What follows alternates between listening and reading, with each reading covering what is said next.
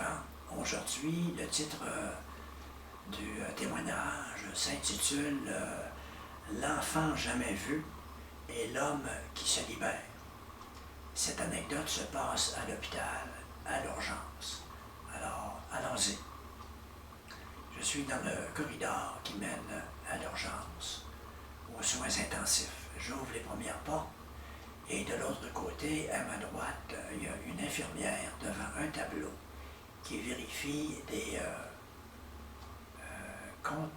compatibilités des solutés et des médicaments que l'on doit donner aux patients. C'est une phase importante dans la démarche de soigner quelqu'un. Je continue et j'ouvre les portes qui mènent où sont des patients. À gauche, de longs rideaux qui sont des cubicules et un peu plus loin, un bureau à droite et le personnel en devoir en arrière. Alors je me présente, je dis que je suis un bénévole et que j'aimerais bien être auprès de quelqu'un qui aimerait bien avoir un peu de compagnie. Fait que l'infirmière me dit « va au numéro 3 ». Je m'en vais au cubicule 3 et devant moi c'est un homme dans la cinquantaine, disons. Il a les yeux fermés, alors j'entends un peu.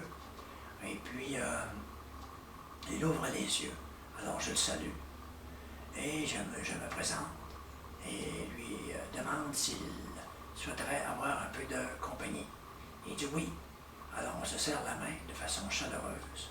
Et il commence tout de suite en me racontant le pourquoi qu'il est ici à l'hôpital.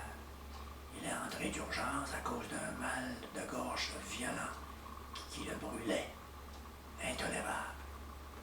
Et on a passé des tests et on attend les résultats afin de le soigner et pour éviter que cela devienne pire. Ensuite de ça, sans lui demander, le monsieur commence à me raconter sa vie à partir de 3 ans. Fait que, il commence. La première chose qu'il me dit, c'est moi, ce que j'aimerais, c'est de me rapprocher de mon père. J'aimerais qu'il soit mon ami. J'aimerais qu'on parle ensemble. Fait que j'essaie de trouver des moyens pour qu'il cède. Mais lui, son tempérament il est différent. Là. C'est une personne qui est plutôt refermée sur lui, parle très peu. Les compliments, c'est rare. Fait que il est difficile d'accès. Il est là physiquement, mais il n'est pas là. Il n'est pas là pour moi, dans le fond. Là. Il n'est pas là pour les autres. Il est dans sa bulle. Ça fait que sa démarche pendant son enfance, c'est ça. Et puis, vers l'âge de 12 ans, il reçoit de la visite, c'est son oncle. Il lui offre en cadeau une guitare. Ben, qui est tout content. Il veut bien gros jouer de la guitare parce qu'il aime la musique. Et aussi, un peu en arrière, souhaiter que son père soit généreux de compliments ou d'encouragement.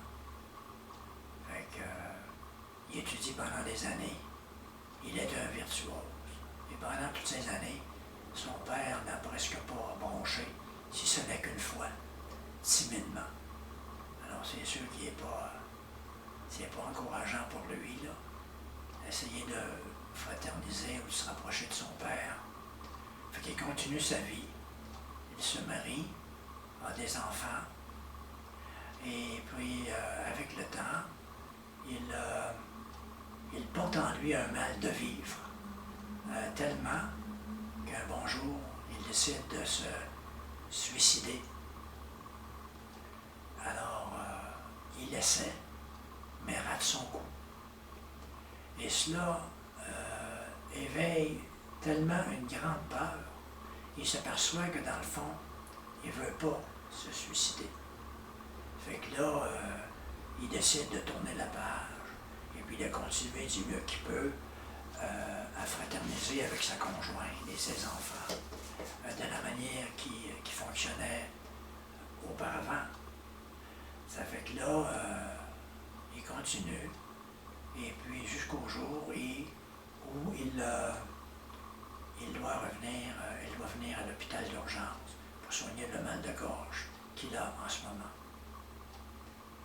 Quand tout ça est terminé, il me confie que ce n'est pas la présence à l'hôpital et le malaise à la gorge qui le préoccupe, mais autre chose mentalement.